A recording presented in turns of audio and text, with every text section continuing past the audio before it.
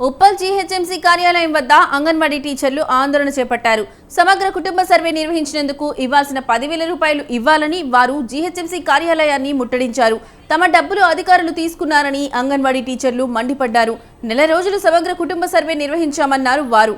Uppal circle పరిధిలోని అంగన్వాడీ టీచర్లు కొంతమంది ఆశా వర్కర్లకు 10,000 రూపాయలు ఇస్తామని చెప్పారన్నారు.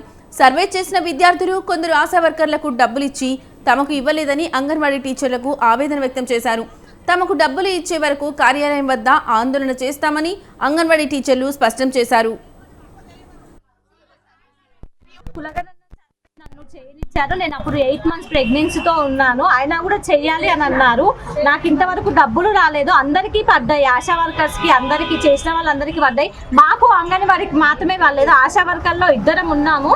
ఎస్ఎస్జీ మెంబర్ వాళ్ళకు కూడా 2-3 పిల్లలు ఉన్నారు, వాళ్ళకి కూడా పడలేదు. అంగన్వాడీ టీచర్స్కి అయితే ఒక్కరికి కూడా రాలేదు. నేను ప్రెగ్నెన్సీతో ఉన్నప్పుడు చేస్తే నాకు ఇప్పుడు 4 నెలల బాబు ఉన్నాడు. ఇంతవరకు నాకు కులగణన సర్వే డబ్బులు రాలేదు. మరి మా లిస్ట్లో పేర్లు ఉన్నాయా అంటే అట్లా కూడా లేవు. ఎక్కడికి వెళ్ళాయి మా డబ్బులు చెప్పండి.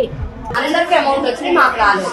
మరి రాని వాళ్ళ లిస్ట్ చూపించండి, ఎవరికి రాలేదు, ఎప్పుడు డబ్బులు వస్తున్నారు, ప్రాబ్లం ఏంటి అని అడిగితే ఎవరు సమాధానం చెప్పట్లేదు. 4 రోజుల నుంచి మేము జిహెచ్ఎంసీ తిరుగుతూనే ఉన్నాం. మేము శాలరీ లేదు. జాయిన్ అయినప్పటి నుంచి అక్కడే అకౌంట్ ఉంది మాకు. అదే అకౌంట్ లో శాలరీ పడుతుంది, ఏదైనా అందులోనే పడుతుంది.